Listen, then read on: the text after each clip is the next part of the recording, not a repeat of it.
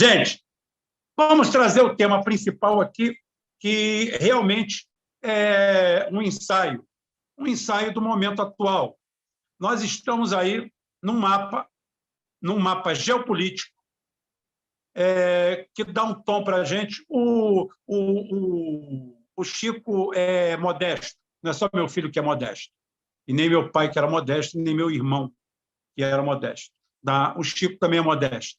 O Chico fala que não entende nada, não entende tanto de geopolítica, mas entende. Tá?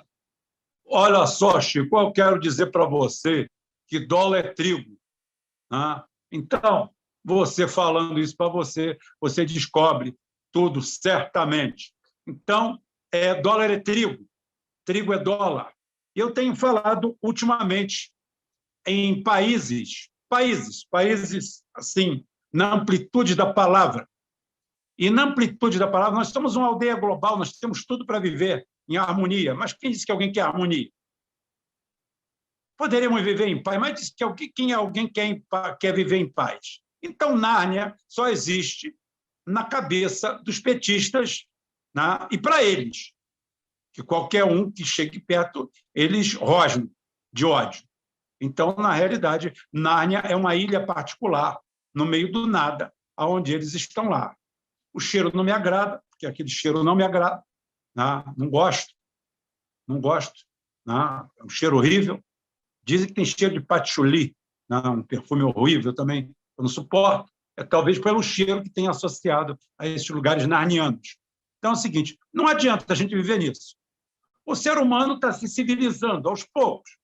Eu falo que o ser humano nunca foi tão civilizado. Você imagina você botar uma bomba atômica na mão de Gengis Khan. Né? Se ele ia sentar num conselho, por mais patife que seja, como a ONU, para discutir alguma coisa, ele ia explodir a ONU. Né? Ele ia jogar aquilo na cabeça dos outros. Né? Tem uma cena antológica naquele filme Joana d'Arc, em que ela paga a um soldado que ia explodir o crânio do outro inimigo, principalmente para roubar os dentes do cara. Motivo prosaico, o cara precisava fazer uma dentadura e arrancar os dentes do cara. E ela dá um dinheiro para o cara para salvar a vida do cara. É uma passagem pequena assim para mostrar como é que nós somos bestiais. Nós estamos bem controladinhos, nós estamos muito bem. Você acha que Napoleão, com uma bomba atômica, ia para Waterloo? Mas nem fudendo. Isso aí mais perto aqui, logo ali na esquina. Isso aqui dá para ver, você pega o retrovisor, passa um paninho, você olha para trás e você vê. Então, nós estamos num nível de sofisticação, acredite, com toda a bestialidade. Isso é para você ver o nível de bestialidade que tem no ser humano. E essas estranhas cercas que separam quintais, né, do cume calmo que assenta a sombra sonora do meu disco voador, já dizia Raul Seixas, né, nós temos as cercas embandeiradas que separam quintais, que são os países. E quando fala nisso, ele fala, somos assim, então podemos viver assim. Precisamos estar em guerra? Não. Agora, dentro desse quadro mundial, como eu falo, eu só consigo enxergar países na sua integralidade, daquele que você fala assim, esteja preso, tu vai ficar numa masmorra e ele consegue sobreviver. E consegue até prosperar. É a Rússia, são os Estados Unidos, são a China, são a Índia, o Brasil e a Argentina. Por quê? Porque numa equação podem existir outros países, tipo o Paraguai, mas também não tem condições de crescer muito mais daquilo pela limitação. Eu estou falando são países, todos eles acima de 2 milhões e pouco de quilômetros quadrados, que têm uma população equitativa. A Argentina tem uma população pequena, né, comparada à área. O Brasil, todos esses países que são capazes de ser totalmente independentes. Os outros países, com respeito, eu estou falando com o Carlos, que é brasileiro, mas está em Portugal, os outros são criptopaíses. São países que necessitam emissão de moeda, emissão de negociação, criar riquezas paralelas para sobreviver. Que sobrevivência ali, tipo largados e pelados mesmo, pouca gente que tem condições de bancar a história. E esses que eu citei são praticamente os únicos do planeta. Um tem muito petróleo, como a Venezuela, mas não tem nada do outro lado, né? O Cazaquistão tem petróleo para caramba, rocha para cacete. A Arábia Saudita, então, é só petróleo e areia, né? Então, é isso que você vê. São esses países que são, os que não são superpotências, são superatacados. O único país que consegue se equilibrar e não ser uma superpotência e não ser superatacado, mas para isso tem vamos dizer assim, um exército formidável, investe bilhões e bilhões e bilhões e tem a bomba atômica, é a Índia, que vive no equilíbrio. O resto nós temos os Estados Unidos, que é superpotência e é um país explorador. Temos a Rússia, que é um super país, mas não explora ninguém, está lá na dele. Mas todo mundo quer aquela riqueza, acham que é muito para aquela população que é menor que a brasileira. Eles têm 30% a menos de população que o Brasil, né? Ou mais, 35% pelo menos. E com um tamanho o dobro. O dobro. Tem parte gelada, mas não fica gelado o ano inteiro. Tem de tudo. Então é o seguinte, é o dobro. Temos a China, que hoje não é explorada, mas foi explorada até 1949. 1949 fechou o que a gente chama de século da vergonha da China. A China começa em 1839, na Primeira Guerra do Ópio, se espalha para a Segunda Guerra do Ópio, promovida pela Europa, pelos Estados Unidos, pela Companhia das Índias Orientais, né, que promoviam e viviam do narcotráfico. E quando entrou o governo que fosse mudar aquilo tudo ali, eles atacaram. Então, de 1839 a 1949, aconteceu isso. Nesse intervalo, teve uma guerra civil, tá, entre Mao Zedong, os comunistas, e, vamos dizer assim, os integralistas de Chiang Kai-shek, que quando o Japão invade a China, em mais uma invasão da China, eles se unem para combater o mal comum. Aí nasce Taiwan, Formosa nasce disso, porque perdendo a batalha, sabedores de perder a batalha, Chiang Kai-shek vão para lá, e Mao Tse-tung não vai atrás nem nada, que havia um respeito mútuo por aquele passado recente, onde ambos combateram lado a lado um inimigo comum, né? Então, é isso para dizer o que está acontecendo hoje no mundo. Um desequilíbrio total. Por quê? Porque, tirando o Brasil e a Argentina dessas grandes nações, nações pequenas estão se insurgindo. A Arábia Saudita, outro dia, os Estados Unidos falou assim, você não ouse liderar a OPEP para baixar 1 milhão de barris de produção de petróleo. Assim, perfeitamente, nós vamos baixar 2. Foi a resposta que o Biden conseguiu lá. Foram mexer com El Salvador, como eu falo, do tamanho de Sergipe, com economia um pouco menor que a Rua da Alfândega, no Rio, ou a 25 de março, em São Paulo, né? Foi lá a Vitória Nuland, o cara mandou a Vitória Nuland a merda. Vá a merda, senhora. Né? Aqui no Brasil, ela chegou nesse gigante, o tal do mito, se cagou pelas pernas, tremia igual uma vara verde, né? E depois dela ainda veio um sub não sei o quê, um varredor lá do corredor da CIA, estava lá, cara, vai lá no Brasil, dá uns tapas lá no mito lá e enquadra ele lá. E veio. E a Petrobras imediatamente aumentou a produção. E cortamos impostos para baixar o preço do combustível. Não cortamos a formulação do preço, não assumimos que somos grandes produtores de petróleo, ao mesmo tempo vendemos o nosso parque de refino e mais querem se vender. Diz que isso não é commodity, porque o cara, quando entra na universidade, na faculdade de economia, ele já recebe uma injeção de dólar triturado na veia. Ele tem que viver em torno do dólar, em torno do neoliberalismo e ficar longe da produção e do trabalho, porque isso quem faz é subdesenvolvido, é escravo. Foi dessa forma que os Estados Unidos perdeu o rebolado, perdeu o reinado, perdeu a coroa. Porque os Estados Unidos podem imprimir dólar à vontade, mas os Estados Unidos hoje é mais pobre do que em 70, quando ele tinha o próprio dólar atrelado ao ouro. Olha que idiosincrasia. O que acontece? A classe média americana beirava, no começo dos anos 70 do século passado, 30% de toda a riqueza do país pertencia à classe média, o American Way of Life, o peão, o soldador, o mecânico, o eletricista, o ajudante, que ganhava bem, tinha casa, morava no subúrbio, tinha padrões, ótimo. A troco do dinheiro, essa nova escola de economia não poupou nem a produção americana, não poupou o país.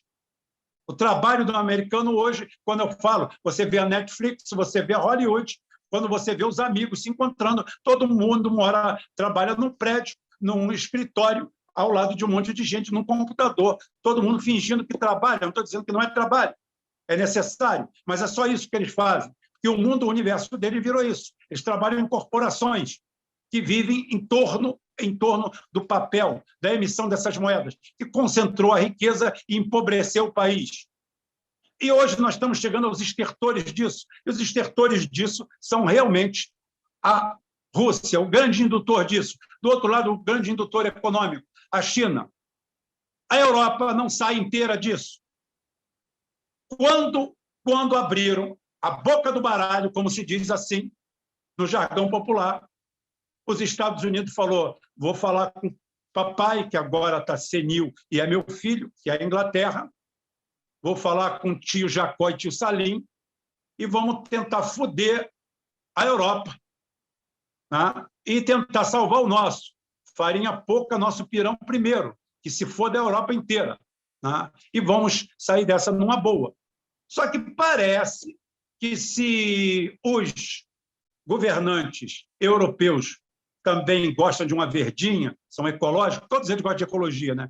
Gostam de uma verdinha impressa, escrito 20, em Deus confiamos, tudo isso aí, o povo não está nessa. O povo está se insurgindo. E temos merdas igual o Olaf Scholz, que, enquanto o povo empresariado clama pelo gás, clama pela paz, clama por botar as coisas nos seus eixos, voltar a ser as boas e velhas sociais-democracias europeias, tá? Simplesmente o Olaf Scholz está lá, conspirando contra o Irã, conspirando contra a Rússia, a favor da Ucrânia, defendendo o nazismo. Ele que já tem um pezinho lá no campo de concentração, porque seu pai era nazista, né? Então, ele que já tem lá, imagina que vai ficar. Isso não vai dar certo em momento algum. E a semana que vem, provavelmente, nós já estaremos falando de algo que eu vou abordar o resto da semana. Amanhã eu vou falar do caso da tragédia da Força Aérea Americana, com números internos dos Estados Unidos, não meus, não foi o Carlos que me trouxe, não foi o Chico, não foi nada. Quem me trouxe o principal foi o Érico Calazans, mas em cima de um relatório oficial da tragédia que são os Estados Unidos, que tiveram que fugir do Vietnã, que não tinha mais força aérea. E ele sabe que quem não tem cobertura aérea, tudo bem, a última batalha é decidida no chão, mas se você não tiver cobertura aérea, as suas perdas são pesadíssimas e altamente letais para o seu exército, que paguem os ucranianos, que mais de 200 mil já estão desfilando lado a lado com bandeira num grande desfile, numa praça fictícia, onde Hitler bate palma, né?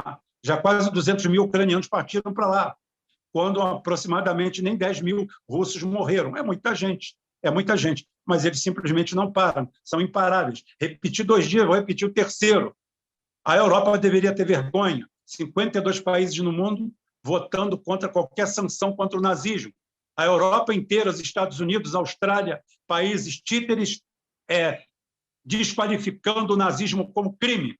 E hoje você tem que ver as forças que estão entrando em Kherson, com a apologia das 2 granadas cruzadas da 36ª Divisão ou Brigada, acho que era divisão, dos granadeiros da OSS. Simplesmente, vou repetir, porque repetindo fixa, eles eram o suprassumo da escória. Eles eram os que respondiam por crimes de guerra no nazismo. Não era nas forças americanas, não era nas forças do exército russo, ou do inglês ou francês, não. Não.